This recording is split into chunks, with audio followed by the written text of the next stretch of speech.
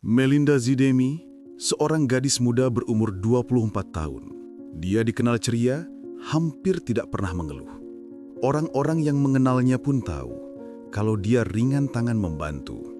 Keinginan Melinda sederhana tetapi mulia, ingin membaktikan hidupnya dalam pelayanan sebagai seorang pendeta. Akan tetapi, tidak seorang pun tahu, cita-cita yang begitu hangat ini dibayang-bayangi sebuah tragedi kelam. Dari Nias, Sumatera Utara, Melinda merantau ke Sumatera Selatan untuk menempuh pendidikan di Sekolah Tinggi Teologi Injili Palembang. Melinda menyelesaikan pendidikannya dengan baik. Dia lulus pada tahun 2018. Jalan pelayanan tampak semakin terbuka.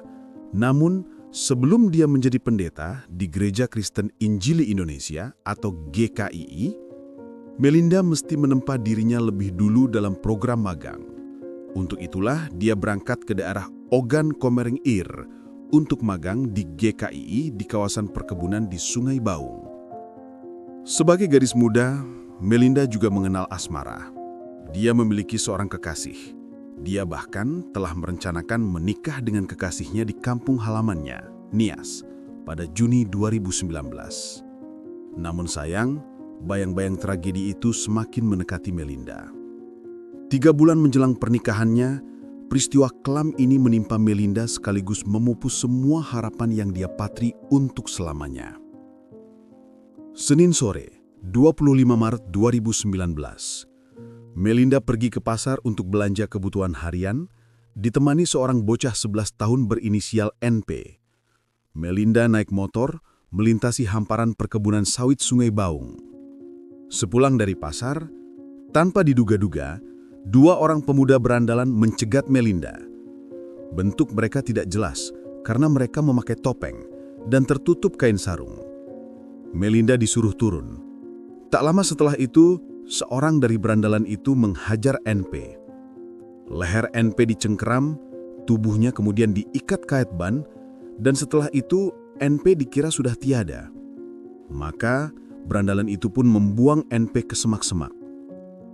Selanjutnya tinggal Melinda sendiri yang berhadapan dengan mereka. 2 berandalan itu adalah Nang dan Henry. Keduanya pemuda desa setempat.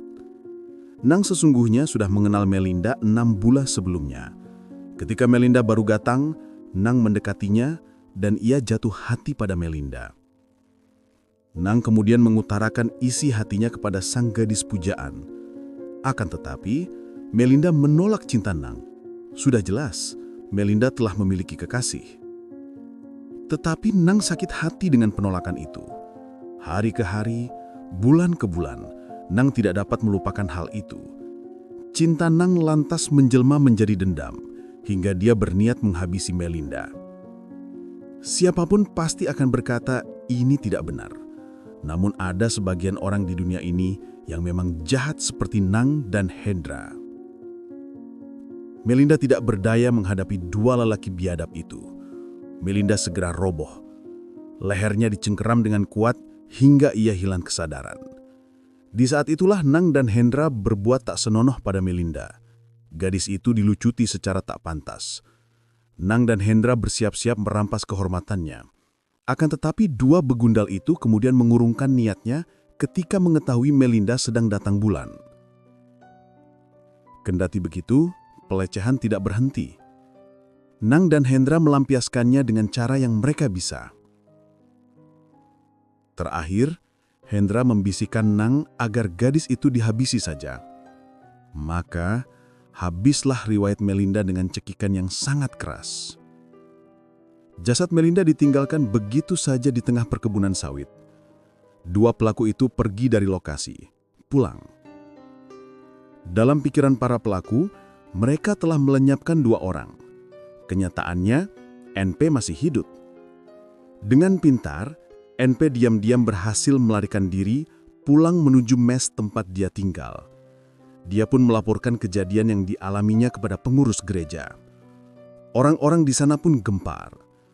Melinda segera dicari, hingga akhirnya jasad Melinda ditemukan pada Selasa pagi di perkebunan sawit dalam kondisi yang mengenaskan. Percaya atau tidak, faktanya Kedua pelaku berpura-pura ikut mencari Melinda bersama orang-orang. Kasus ini menyita perhatian. GKII berharap pihak yang berwajib untuk segera mengungkap kebenaran di balik peristiwa ini. Aparat pun tidak membiarkan pelaku tidur nyenyak. Penyelidikan segera dimulai. NP yang menjadi saksi kunci memaparkan semua yang dia lalui sore itu. Dia sempat berpura-pura mati sebelum memutuskan untuk menyelamatkan diri dengan berjalan kaki. NP juga menyampaikan kepada polisi kalau dirinya diikat dengan tali karet ban. Tali karet ban ini selanjutnya menjadi petunjuk paling penting dalam pengungkapan kasus. Salah seorang penduduk setempat akhirnya memberikan kesaksiannya kepada polisi bahwa pada hari Senin, beberapa saat sebelum tragedi itu, Nang dan Henry meminta tali kepadanya, dikatakan untuk mengikat barang bawaan. Tanpa curiga sedikit pun, saksi tersebut memberikan tali karet ban kepada kedua pelaku. Tak lama sesudah itu, aparat menerima visum. Penyebab wafatnya Melinda pun segera diketahui.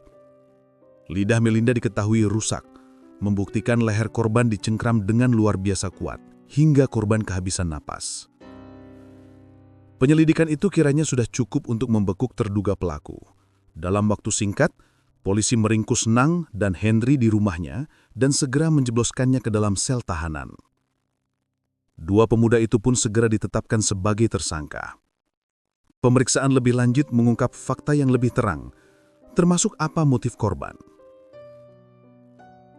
Seperti yang telah disampaikan sebelumnya, peristiwa tragis ini dilatar belakangi dendam karena cinta ditolak, sebuah alasan yang tidak masuk akal, tetapi itulah faktanya. Buktinya, pelaku tidak merampas barang pribadi milik korban. Nang dan Hendra memilih menguburkan handphone, dompet, dan barang belanjaan korban di sebuah lokasi dekat mes yang dihuni korban. Duka menyelimuti keluarga Melinda, kekasihnya, serta jemaat gereja. Mereka berharap keadilan ditegakkan. Para pelaku sangat pantas dihukum seberat-beratnya. Persidangan kasus ini digelar pertama kali pada 9 Oktober 2019 di Pengadilan Negeri Kayu Agung. Jaksa penuntut menuntut kedua terdakwa dengan pasal berlapis, di antaranya pasal 340 KUHP tentang pelenyapan berencana, dengan ancaman maksimal vonis mati. Pertimbangan jaksa penuntut ialah karena perbuatan ini sangat keji dan telah direncanakan terlebih dahulu. Hanya saja tuntutan maksimal jaksa penuntut tidak sebanding dengan vonis hakim. Pada 12 November 2019, Majelis Hakim menjatuhkan vonis penjara seumur hidup kepada kedua terdakwa, Nang dan Henry. Pembacaan vonis kedua terdakwa menjadi penutup tragedi memilukan ini. Ada rasa tidak puas dari pihak korban, tetapi inilah keadilan maksimal yang dapat diupayakan.